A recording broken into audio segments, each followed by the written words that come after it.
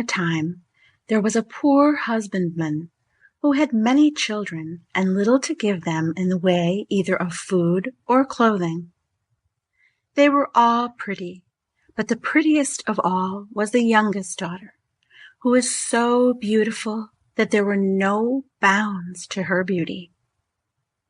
So once, it was late on a Thursday evening in autumn, and wild weather outside, terribly dark, and raining so heavily and blowing so hard that the walls of the cottage shook again. They were all sitting together by the fireside, each of them busy with something or other, when suddenly someone rapped 3 times against the window pane. The man went out to see what could be the matter, and when he got out there stood a great big white bear. "Good evening to you," said the white bear. "Good evening," said the man. "Will you give me your youngest daughter?" said the white bear. "If you will, you shall be as rich as you are now poor."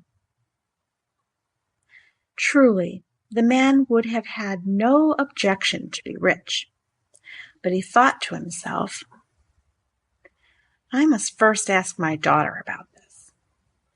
So he went in and told them that there was a great white bear outside, who had faithfully promised to make them all rich if he might but have the youngest daughter.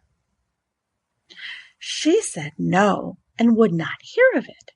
So the man went out again and settled with the white bear that he should come again next Thursday evening and get her answer.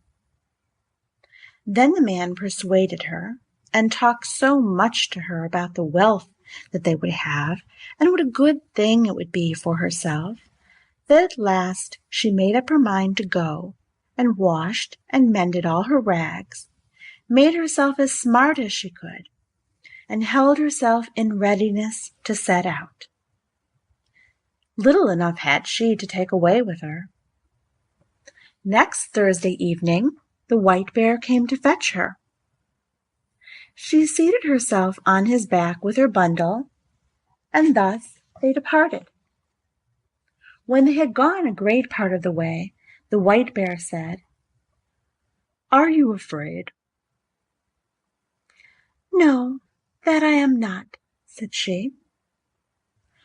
"Keep tight hold of my fur, and then there is no danger," said he. And thus she rode far, far away, until they came to a great mountain. Then the white bear knocked on it, and a door opened, and they went into a castle where there were many brilliantly lighted rooms which shone with gold and silver. Likewise a large hall in which there was a well-spread table, and it was so magnificent that it would be hard to make anyone understand how splendid it was. The white bear gave her a silver bell and told her that when she needed anything, she had but to ring this bell, and what she wanted would appear. So after she had eaten, and night was drawing near, she grew sleepy after her journey, and thought she would like to go to bed. She rang the bell, and scarcely had she touched it before she found herself in a chamber where a bed stood ready made for her, which was as pretty as anyone could wish to sleep in. It had pillows of silk and curtains of silk fringed with gold, and everything that was in the room was of gold or silver. But when she had lain down and put out the light, a man came and lay down beside her, and behold, it was the white bear, who cast off the form of a beast during the night. She never saw him, however, for he always came after she had put out her light, and went away before daylight appeared.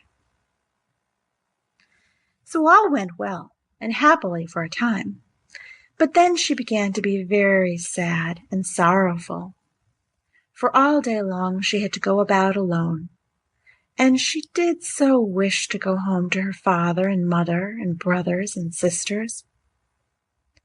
Then the white bear asked what it was that she wanted, and she told him that it was so dull there in the mountain, and that she had to go about all alone, and that in her parents' house at home there were all her brothers and sisters, and it was because she could not go to them that she was so sorrowful. "There might be a cure for that," said the white bear, "if you would but promise me never to talk with your mother alone, but only when the others are there too. For she will take hold of your hand," he said, "and will want to lead you into a room to talk alone. But that you must by no means do, or you will bring great misery on both of us." So one Sunday the white bear came and said that they could now set out to see her father and mother, and they journeyed thither, she sitting on his back, and they went a long, long way. And it took a long, long time, but at last they came to a large white farmhouse, and her brothers and sisters were running about outside it, playing, and it was so pretty that it was a pleasure to look at it.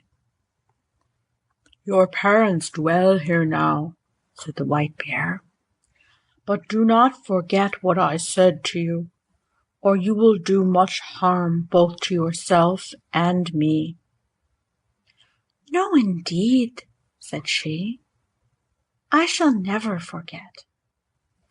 And as soon as she was at home, the white bear turned round and went back again. There were such rejoicings when she went in to her parents that it seemed as if they would never come to an end. Everyone thought he could never be sufficiently grateful to her for all she had done for them all. Now they had everything that they had wanted, and everything was as good as it could be.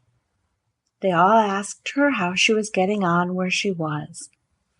All was well with her too, she said, and she had everything that she could want.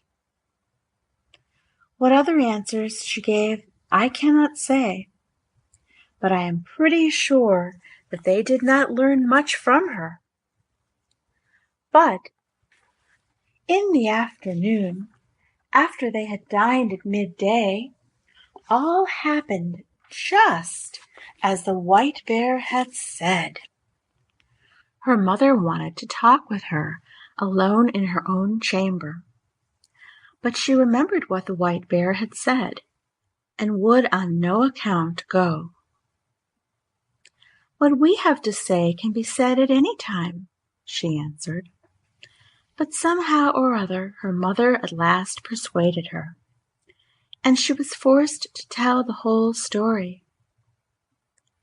So she told how every night a man came and lay down beside her when the lights were all put out, and how she never saw him because he always went away before it grew light in the morning, and how she continually went about in sadness, thinking how happy she would be if she could but see him, and how all day long she had to go about alone, and it was so dull and solitary.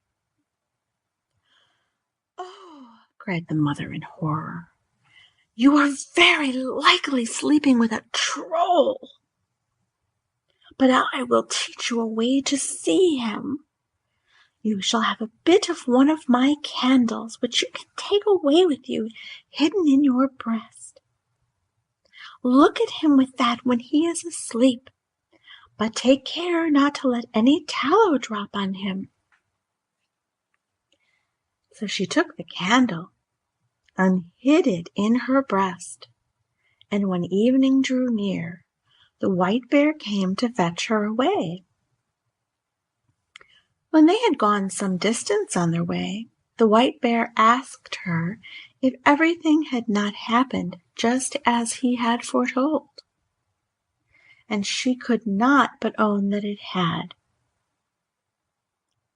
Then "If you have done what your mother wished," said he, "you have brought great misery on both of us." "No," she said, "I have not done anything at all." So when she reached home and had gone to bed, it was just the same as it had been before. And a man came and lay down beside her, and late at night, when she could hear that he was sleeping, she got up and kindled a light, lit her candle, let her light shine on him, and saw him. And he was the handsomest prince that eyes had ever beheld. And she loved him so much that it seemed to her that she must die if she did not kiss him that very moment. So she did kiss him. But while she was doing it, she let 3 drops of hot tallow fall upon his shirt, and he awoke. "What have you done now?" said he. "You have brought misery on both of us. If you had but held out for the space of 1 year, I should have been free. I have a stepmother who has bewitched me, so that I am a white bear by day and a man by night. But now all is at an end between you and me, and I must leave you and go to her. She lives in a castle which lies east of the sun and west of the moon, and there too is a princess with a nose which is 3 ells long, and she now is the one whom I must marry." She wept and lamented, but all in vain, for go he must. Then she asked him if she could not go with him. But no, that could not be. "Can you tell me the way then, and I will seek you, that I may surely be allowed to do?" "Yes, "You may do that," said he, "but there is no way thither. It lies east of the sun and west of the moon, and never would you find your way there."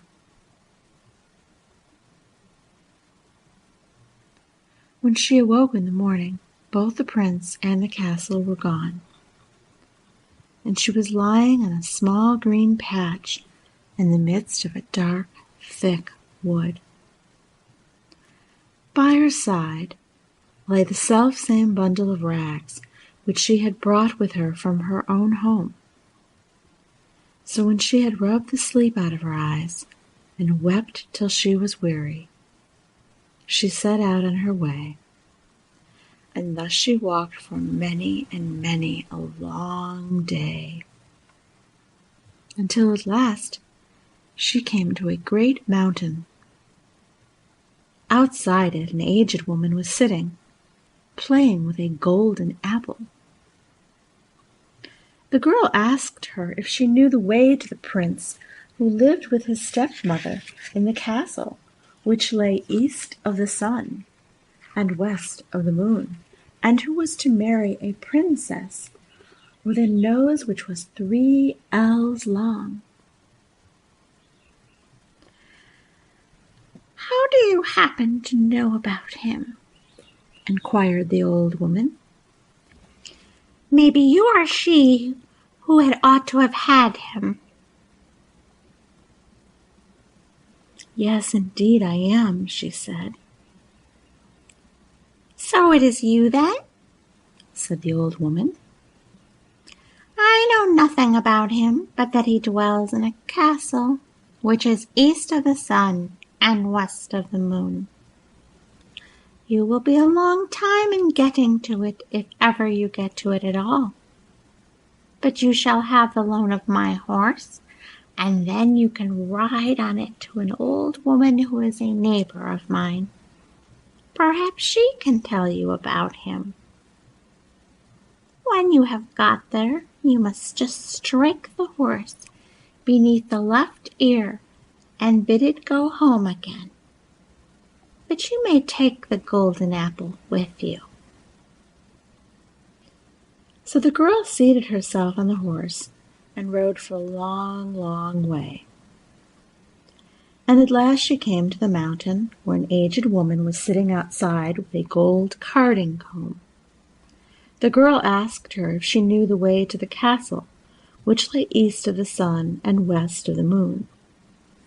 But she said what the first old woman had said. "I know nothing about it, but that it is east of the sun and west of the moon, and that you will be a long time in getting to it, if ever you get there at all. But you shall have the loan of my horse to an old woman who lives the nearest to me.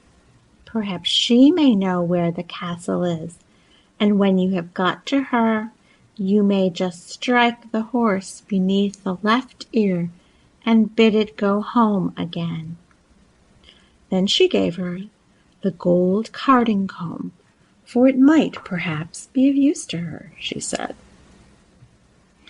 So the girl seated herself on the horse and rode a wearisome long way onwards again. And after a very long time, she came to a great mountain where an aged woman was sitting, spinning at a golden spinning wheel. Of this woman, too, she inquired if she knew the way to the prince and where to find the castle which lay east of the sun and west of the moon. But it was only the same thing once again. "Maybe it was you who should have had the prince," said the old. "Yes, indeed, I should have been the one," said the girl. But this old crone knew the way no better than the others. It was east of the sun and west of the moon. She knew that. "And you will be a long time in getting to it, if ever you get to it at all," she said. "But you may have the loan of my horse, and I think you had better ride to the east wind and ask him. Perhaps he may know where the castle is, and will blow you thither. But when you have got to him, you must just strike the horse beneath the left ear, and he will come home again." And then she gave her the golden spinning wheel, saying, "Perhaps you may find that you have a use for it." The girl had to ride for a great many days, and for a long and wearisome time before she got there. But at last she did arrive, and then she asked the east wind if he could tell her the way to the prince who dwelt east of the sun and west of the moon. "Well," said the east wind, "I have heard tell of the prince and of his castle, but I do not know the way to it, for I have never blown so far. But if you like, I will go with you to my brother the west wind. He may know that, for he is much stronger than I am. You may sit on my back, and then I can carry you there." So she seated herself on his back, and they did go so swiftly. When they got there, the east wind went in and said that the girl whom he had brought was the one who ought to have had the prince up at the castle which lay east of the sun and west of the moon, and that now she was traveling about to find him again. So he had come there with her, and would like to hear if the west wind knew whereabouts the castle was. "No," said the west wind, "so far as that have I never blown. But if you like, I will go with you to the south wind, for he is much stronger than either of us, and he has roamed far and wide. and perhaps he can tell you what you want to know. You may seat yourself on my back, and then I will carry you to him." So she did this, and journeyed to the south wind. Neither was she very long on the way. When they had got there, the west wind asked him if he could tell her the way to the castle that lay east of the sun and west of the moon, for she was the girl who ought to marry the prince who lived there. "Oh, indeed," said the south wind. "Is that she? Well," said he, "I have wandered about a great deal in my time, and in all kinds of places, but I have never blown so far as that. If you like, however, I will go with you to my brother, the north wind. He is the oldest and strongest of all of us, and if he does not know where it is, no one in the whole world will be able to tell you. You may sit upon my back, and then I will carry you there." So she seated herself on his back, and off he went from his house in great haste, and they were not long on the way. When they came near the north wind's dwelling, it was so wild and frantic that they felt cold gusts a long while before they got there. "What do you want?" he roared out from afar, and they froze as they heard. Said the south wind, "It is I, and this is she who should have had the prince who lives in the castle which lies east of the sun and west of the moon. And now she wishes to ask you if you have ever been there, and can tell her the way, for she would gladly find him again." "Yes," said the north wind, "I know where it is. I once blew an aspen leaf there, but I was so tired that for many days afterwards I was not able to blow at all. However, if you really are anxious to go there and are not afraid to go with me, I will take you on my back and try if I can blow you there." "Get there I must," said she, "and if there is any way of going, I will, and I have no fear, no matter how fast you go." "Very well, then," said the north wind, "but you must sleep here tonight, for if we are ever to get there, we must have the day before us." The north wind woke her betimes next morning, and puffed himself up, and made himself so big and so strong that it was frightful to see him, and away they went, high up through the air, as if they would not stop until they reached the very end of the world. Down below there was such a storm. It blew down woods and houses, and when they were above the sea, the ships were wrecked by hundreds. And thus they tore on, and a long time went by, and then yet more time passed, and still they were above the sea. And the north wind grew tired, and more tired, and at last so utterly weary that he was scarcely able to blow any longer. And he sank and sank, lower and lower, until at last he went so low that the crests of the waves dashed against the heels of the poor girl he was carrying. "Art thou afraid?" said the north wind. "I have no fear," said she, and it was true. But they were not very, very far from land, and there was just enough strength left in the north wind to enable him to throw her onto the shore, immediately under the windows of a castle which lay east of the sun and west of the moon. But then he was so weary and worn out that he was forced to rest for several days before he could go to his own home again. Next morning, she sat down beneath the walls of the castle to play with the golden apple. And the first person she saw was the maiden with the long nose who was to have the prince. "How much do you want for that gold apple of yours, girl?" said she, opening the window. "It can't be bought either for gold or money," answered the girl. "If it cannot be bought either for gold or money, what will buy it?" "You may say what you please," said the princess. "Well, if I may go to the prince who is here and be with him tonight, you shall have it," said the girl who had come with the north wind.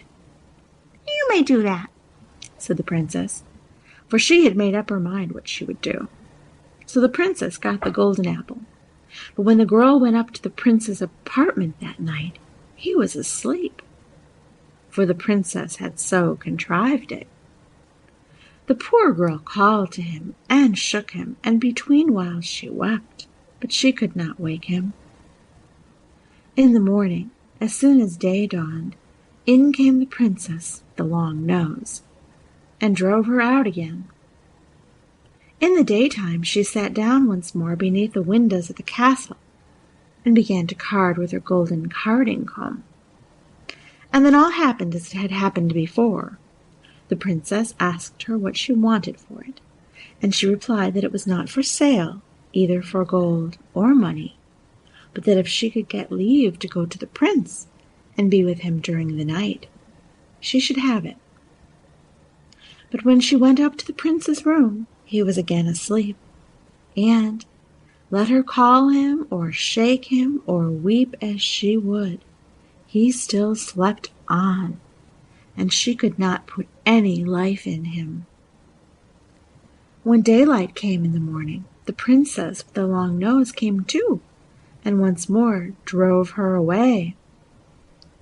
When day had quite come, the girl seated herself under the castle windows to spin with her golden spinning wheel, and the princess with the long nose wanted to have that also.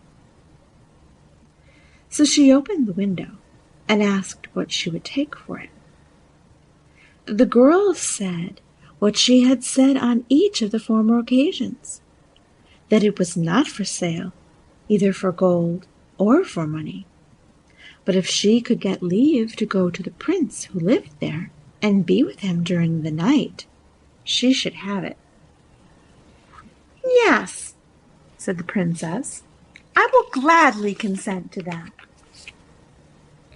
But in that place there were some Christian folk who had been carried off, and they had been sitting in the chamber which was next to that of the prince, and had heard how a woman had been in there who had wept and called on him 2 nights running, and they told the prince of this.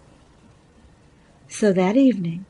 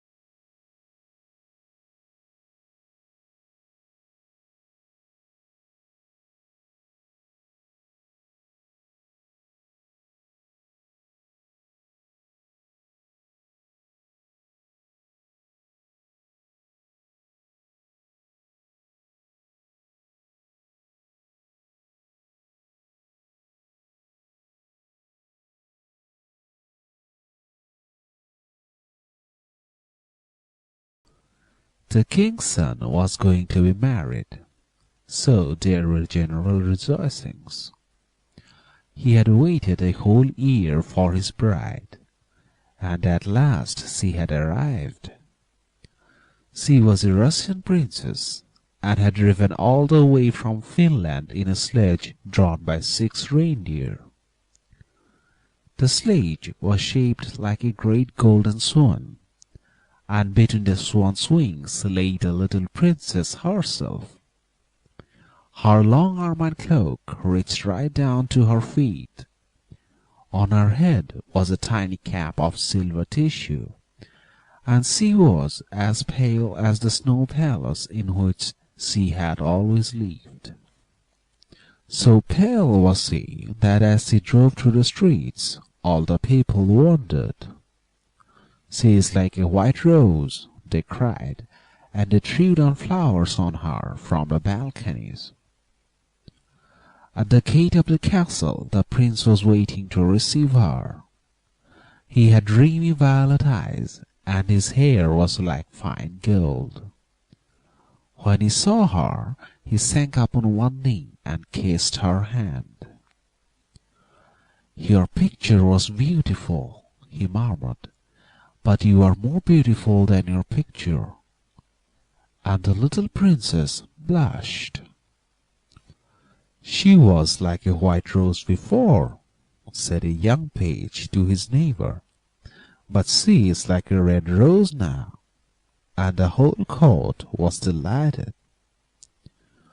For the next 3 days everybody went about saying, "White rose, red rose, red rose, white rose." And the king gave orders that the page's salary was to be doubled. As he received no salary at all, this was not of much use to him. But it was considered a great honor, and was duly published in the court gazette. When the 3 days were over, the marriage was celebrated. It was a magnificent ceremony, and the bride and bridegroom walked hand in hand under a canopy of purple velvet embroidered with little paws. Then there was a state banquet, which lasted for 5 hours. The prince and princess sat at the top of the great hall and drank out of a cup of clear crystal. Only true lovers could drink out of this cup, for if false lips touched it, it grew grey and dull and cloudy. "It is quite clear that they love each other," said the little page, "as clear as crystal." And the king doubled his salary a second time. "What an honor!" cried all the courtiers. After the banquet there was to be a ball. The bride and the bridegroom were to dance the rose dance together, and the king had promised to play the flute. He played very badly, but no one had ever dared to tell him so, because he was the king. Indeed, he knew only 2 airs, and was never quite certain which one he was playing. But it made no matter, for whatever he did, everybody cried out, "Charming, charming." The last item on the program was a grand display of fireworks, to be let off exactly at midnight. The little princess had never seen a firework in her life, so the king had given orders that the royal pyrotechnist should be in attendance on the day of her marriage. "What are fireworks like?" she had asked the prince one morning as he was walking on the terrace. "They are like the aurora borealis," said the king, who always answered questions that were addressed to other people, "only much more natural. I prefer them to stars myself, as you always know when they are going to appear, and they are as delightful as my own flute playing. You must certainly see them." So at the end of the king's garden a great stand had been set up, and as soon as the royal pyrotechnist had put everything in its proper place, the fireworks began to talk to each other. "The world is certainly very beautiful," cried a little squib. "Just look at those yellow tulips. Why, if they were real crackers, they could not be lovelier. I am very glad I have travelled. Travel improves the mind wonderfully, and does away with all one's prejudices." "The king's garden is not the world, you foolish squib," said a big Roman candle. "The world is an enormous place, and it will take you 3 days to see it thoroughly. Any place you love is the world to you," exclaimed a pensive Catherine Wheel, who had been attached to an old deal box in early life, and prided herself on her broken heart. "But love is not fashionable any more. The poets have killed it. They wrote so much about it that nobody believed them, and I am not surprised. True love suffers and is silent. I remember myself once. But it is no matter now. Romance is a thing of the past." "Nonsense," said the Roman candle. "Romance never dies. It is like the moon, and lives forever. The bride and bridegroom, for instance, love each other very dearly. I heard all about them this morning from a brown paper cartridge, who happened to be staying in the same drawer as myself, and knew the latest court news." But the Catherine Wheel shook her head. "Romance is dead, romance is dead, romance is dead," she murmured. She was one of those people who think that if you say the same thing over and over a great many times, it becomes true in the end. Suddenly a sharp dry cough was heard, and they all looked round. It came from a tall, supercilious-looking rocket, who was tied to the end of a long stick. He always coughed before he made any observation so as to attract attention. "Aha, aha," he said, and everybody listened except the poor Catherine Wheel, who was still shaking her head and murmuring, "Romance is dead."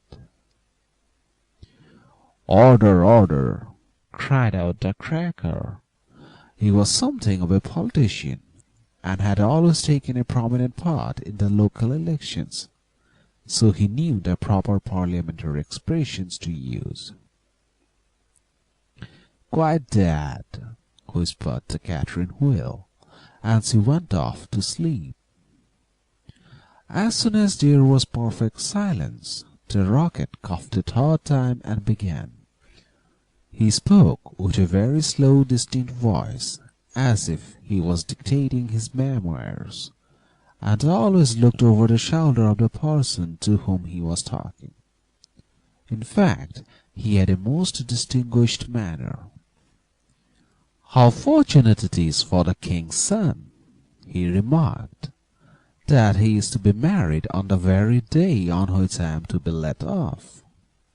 Really, if it had been arranged beforehand, it could not have turned out better for him. But princes are always lucky." "Dear me," said the little squib, "I thought it was quite the other way, that we were to be let off in the prince's honor." "It may be so with you," he answered. "Indeed, I have no doubt that it is. But with me it is different. I am a very remarkable rocket, and come of remarkable parents. My mother was the most celebrated Catherine Wheel of her day, and was renowned for her graceful dancing. When she made her great public appearance, she spun round 19 times before she went out, and each time that she did so, she threw into the air 7 pink stars. She was 3 feet and a half in diameter, and made of the very best gunpowder. My father was a rocket like myself, and of French extraction.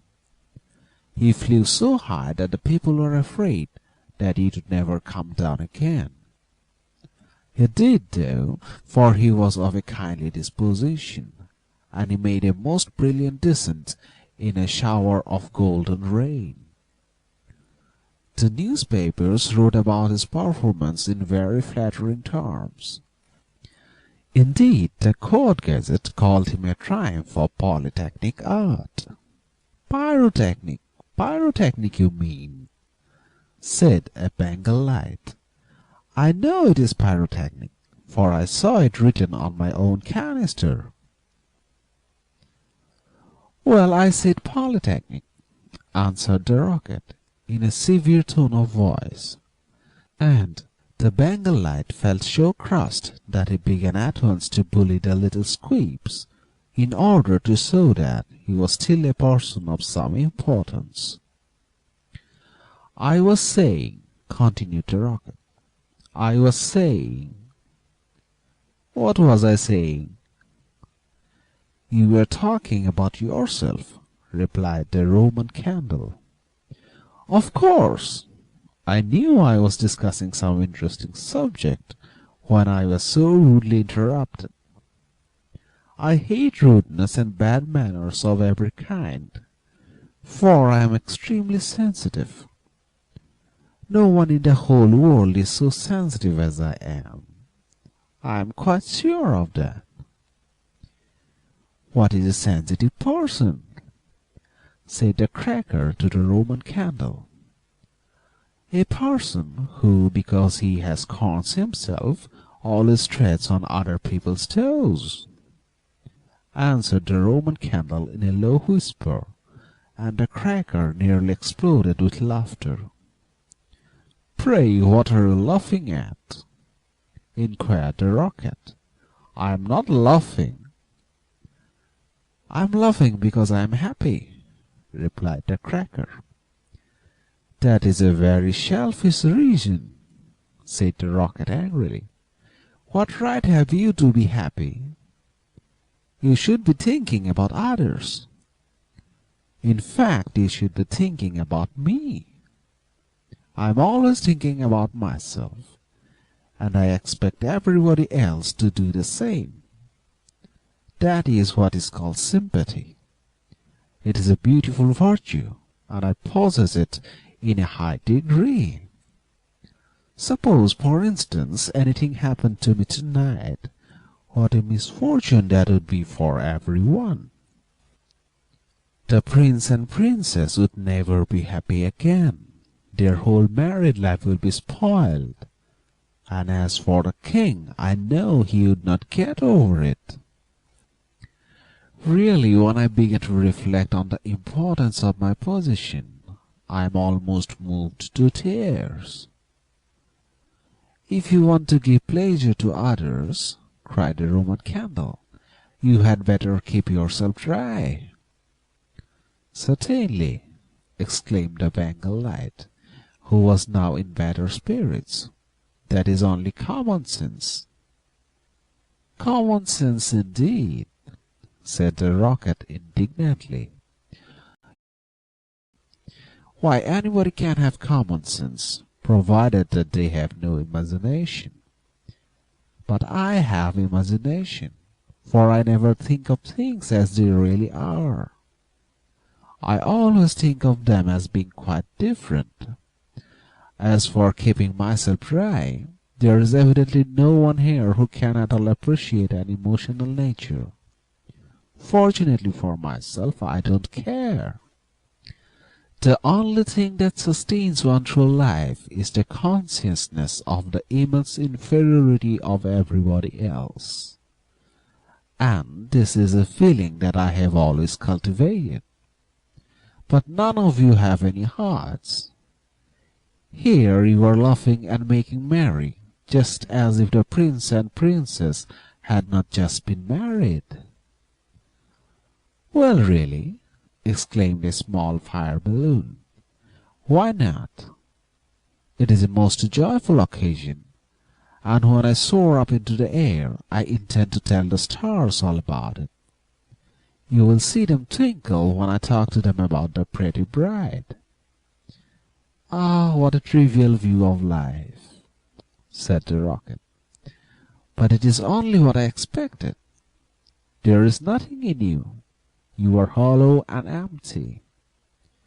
Why, perhaps the prince and princess may go to live in a country where there is a deep river, and perhaps they may have one only son, a little fair-haired boy with violet eyes like the prince himself, and perhaps some day he may go out to walk with his nurse, and perhaps the nurse may go to sleep under a great elder tree, and perhaps the little boy may fall into the deep river and be drowned. What a terrible misfortune! Poor people, to lose their only son. It is really too dreadful. I shall never get over it." "But they have not lost their only son," said the Roman Candle. "No misfortune has happened to them at all." "I never said that they had," replied the Rocket. "I said that they might. If they had lost their only son, there would be no use in saying anything more about the matter. I hate people who cry over spilt milk. But when I think that they might lose their only son, I certainly am very much affected." "You certainly are," cried the Bengalite. "In fact, you are the most affected person I ever met." "You are the rudest person I ever met," said the Rocket. "And you cannot understand my friendship for the prince." "Why, you don't even know him," growled the Roman Candle. "I never said I knew him," answered the Rocket. "I dare say that if I knew him I should not be his friend at all. It is a very dangerous thing to know one's friends." "You had really better keep yourself dry," said the Fire Balloon. "That is the important thing." "Very important for you, I have no doubt," answered the Rocket. "But I shall weep if I choose." And he actually burst into real tears, which flowed down his stick like raindrops, and nearly drowned two little beetles, who were just thinking of setting up house together, and were looking for a nice dry spot to live in. "He must have a truly romantic nature," said the Catherine Wheel, "for he weeps when there is nothing at all to weep about." And she heaved a deep sigh, and thought about the deal box. But the Roman Candle and the Bengal Light were quite indignant, and kept saying, "Humbug, humbug," at the top of their voices. They were extremely practical, and whenever they objected to anything, they called it humbug. Then the moon rose like a wonderful silver shield, and the stars began to shine, and the sound of music came from the palace. The prince and princess were leading the dance. They danced so beautifully that the tall white lilies peeped in at the window and watched them, and the great red poppies nodded their heads and beat time. Then 10 o'clock struck, and then 11, and then 12, and at the last stroke of midnight everyone came out on the terrace, and the king sent for the royal pyrotechnist. "Let the fireworks begin," said the king, and the royal pyrotechnist made a low bow and marched down to the end of the garden. He had 6 attendants with him, each of whom carried a lighted torch at the end of a long pole. It was certainly a magnificent display. Whiz, whiz went the Catherine Wheel, as she spun round and round. Boom, boom went the Roman Candle. Then the squibs danced all over the place, and the Bengal Lights made everything look scarlet. "Goodbye," cried the fire balloon as it soared away, dropping tiny blue sparks. Bang, bang, answered the crackers, who were enjoying themselves immensely. Everyone was a great success except the remarkable rocket. He was so damp with crying that he could not go off at all. The best thing in him was the gunpowder, and that was so wet with tears that it was of no use. All his poor relations, to whom he would never speak except with a sneer, shot up into the sky like wonderful golden flowers with blossoms of fire. "Huzzah, huzzah!" cried the court, and the little princess laughed with pleasure. "I suppose they are reserving me for some grand occasion," said the rocket. "No doubt that is what it means," and he looked more supercilious than ever. The next day the workmen came to put everything tidy. "This is evidently a deputation," said the rocket. "I will receive them with becoming dignity." So he put his nose in the air and began to frown severely, as if he were thinking about some very important subject. But they took no notice of him at all, till they were just going away. Then one of them caught sight of him. "Hullo!" he cried, "what a bad rocket!" And he threw him over the wall into the ditch. "Bad rocket, bad rocket," he said, as he whirled through the air. "Impossible! Grand rocket, that is what the man said." Bad and grand sound very much the same. Indeed, they often are the same. And he fell into the mud. "It is not comfortable here," he remarked, "but no doubt it is some fashionable watering place, and they have sent me away to recruit my health. My nerves are certainly very much shattered, and I require rest." Then a little frog with bright jeweled eyes and a green mottled coat swam up to him. "A new arrival, I see," said the frog. "Well, after all, there is nothing like mud. Give me rainy weather and a ditch, and I am quite happy. Do you think it will be a wet afternoon?" "I am sure I hope so. But the sky is quite blue and cloudless. What a pity!" "Ahem, ahem," said the rocket, and he began to cough. "What a delightful voice you have!" cried the frog. "Really it is quite like a croak, and croaking is of course the most musical sound in the world. You will hear our glee club this evening. We sit in the old dark pond close by the farmer's house, and as soon as the moon rises we begin. It is so entrancing that everybody lies awake to listen to us. In fact, it was only yesterday that I heard the farmer's wife say to her mother that she could not get a wink of sleep at night on account of us. It is most gratifying to find oneself so popular." "Ahem, ahem," said the rocket angrily. He was very much annoyed that he could not get a word in. "A delightful voice, certainly," continued the frog. "I hope you will come over to the dark pond. I am off to look for my daughters. I have 6 beautiful daughters, and I am so afraid the pike may meet them. He is a perfect monster, and would have no hesitation in breakfasting off them. Well, good-bye. I have enjoyed our conversation very much, I assure you." "Conversation, indeed," said the rocket. "You have talked the whole time yourself. That is not conversation." "Somebody must listen," answered the frog, "and I like to do all the talking myself. It saves time and prevents arguments." "But I like arguments," said the rocket. "I hope not," said the frog complacently.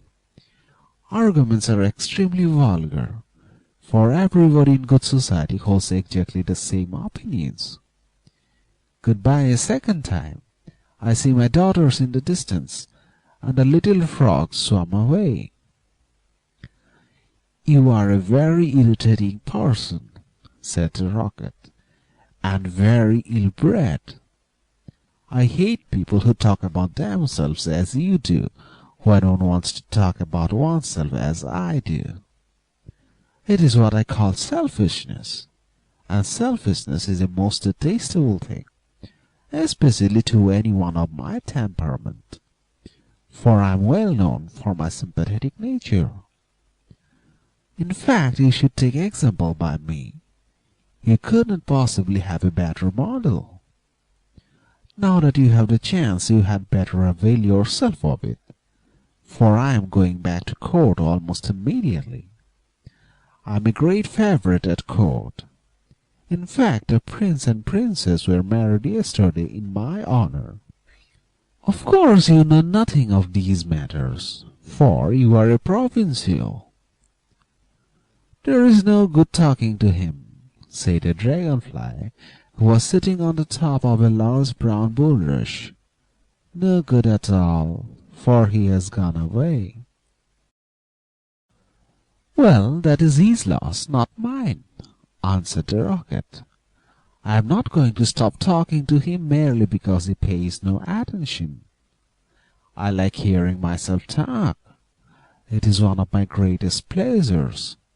I often have long conversations all by myself, and I am so clever that sometimes I don't understand a single word of what I am saying. Then you should certainly lecture on philosophy, said the dragonfly, and he spread a pair of lovely gauze wings and soared away into the sky. How very silly of him not to stay here, said the Rocket. I am sure that he hasn't often got such a chance of improving his mind.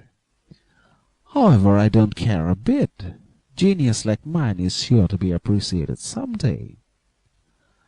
And he sank down a little deeper into the mud. After some time, a large white duck swam up to him. She had yellow legs and webbed feet, and was considered a great beauty on account of her waddle. "Quack, quack, quack," she said. "What a curious shape you are! May I ask, were you born like that, or is it the result of an accident?" "It is quite evident that you have always lived in the country," answered the Rocket. "Otherwise you would know who I am. However, I excuse your ignorance. It would be unfair to expect other people to be as remarkable as oneself. You will no doubt be surprised to hear that I can fly up into the sky and come down in a shower of golden rain." "I don't think much of that," said the duck, "as I cannot see what use it is to anyone. Now, if you could plough the fields like the ox, or draw a cart like the horse, or look after the sheep like the collie dog, that would be something." "My good creature," cried the Rocket in a very haughty tone of voice, "I see that you belong to the lower orders. A person of my position is never useful. We have certain accomplishments, and that is more than sufficient. I have no sympathy myself with industry of any kind, least of all with such industries as you seem to recommend. Indeed, I have always been of opinion that hard work is simply the refuge of people who have nothing whatever to do." "Well, well," said the duck, who was of a very peaceable disposition and never quarrelled with anyone. "Everybody has different tastes. I hope, at any rate, that you are going to take up your residence here." "Oh dear no," cried the Rocket.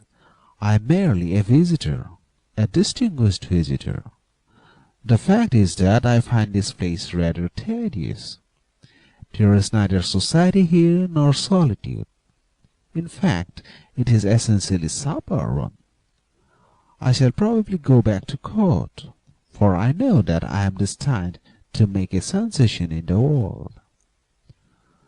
I had thoughts of entering public life once myself, remarked the duck. There are so many things that need reforming. Indeed, I took the chair at a meeting some time ago, and we passed resolutions condemning everything that we did not like. However, they did not seem to have much effect. Now I go in for domesticity and look after my family. I am made for public life, said the rocket, and so are all my relations, even the humblest of them. Whenever we appear, we excite great attention. I have not actually appeared myself, but when I do so, it will be a magnificent sight. As for domesticity, it ages one rapidly and distracts one's mind from higher things. Oh, the higher things of life, how fine they are, said the duck, and that reminds me how hungry I feel. And she swam away down the stream, saying, "Quack, quack, quack." Come back, screamed the rocket. I have a great deal to say to you. But the duck paid no attention to him. I am glad that she has gone, he said to himself. She has a decidedly middle-class mind. And he sank a little deeper still into the mud, and began to think about the loneliness of genius, when suddenly 2 little boys in white smocks came running down the bank with a kettle and some faggots. "This must be the deputation," said the rocket, and he tried to look very dignified. "Oh!" cried one of the boys, "look at this old stick. I wonder how it came here." And he picked the rocket out of the ditch. "Old stick," said the rocket. "Impossible! Gold stick, that is what he said. Gold stick is very complimentary. In fact, he mistakes me for one of the court dignitaries." "Let us put it into the fire," said the other boy.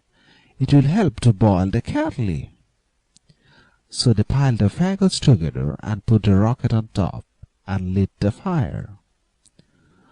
"This is magnificent," cried the rocket.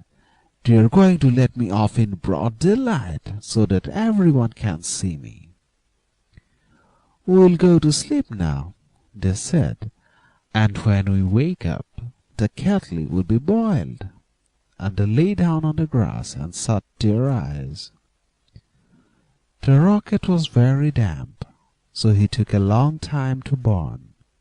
At last, however, the fire caught him.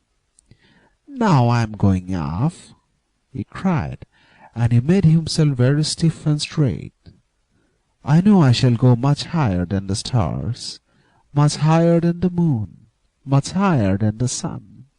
In fact, I shall go so high that—" Fizz, fizz, fizz, and he went straight up into the air. "Delightful!" he cried. "I shall go on like this forever. What a success I am!" But nobody saw him. Then he began to feel a curious tingling sensation all over him. "Now I am going to explode," he cried. "I shall set the whole world on fire, and make such a noise that nobody will talk about anything else for a whole year." And he certainly did explode. Bang, bang, bang went the gunpowder. There was no doubt about it. But nobody heard him, not even the 2 little boys, for they were sound asleep. Then all that was left of him was the stick, and this fell down on the back of a goose, who was taking a walk by the side of the ditch.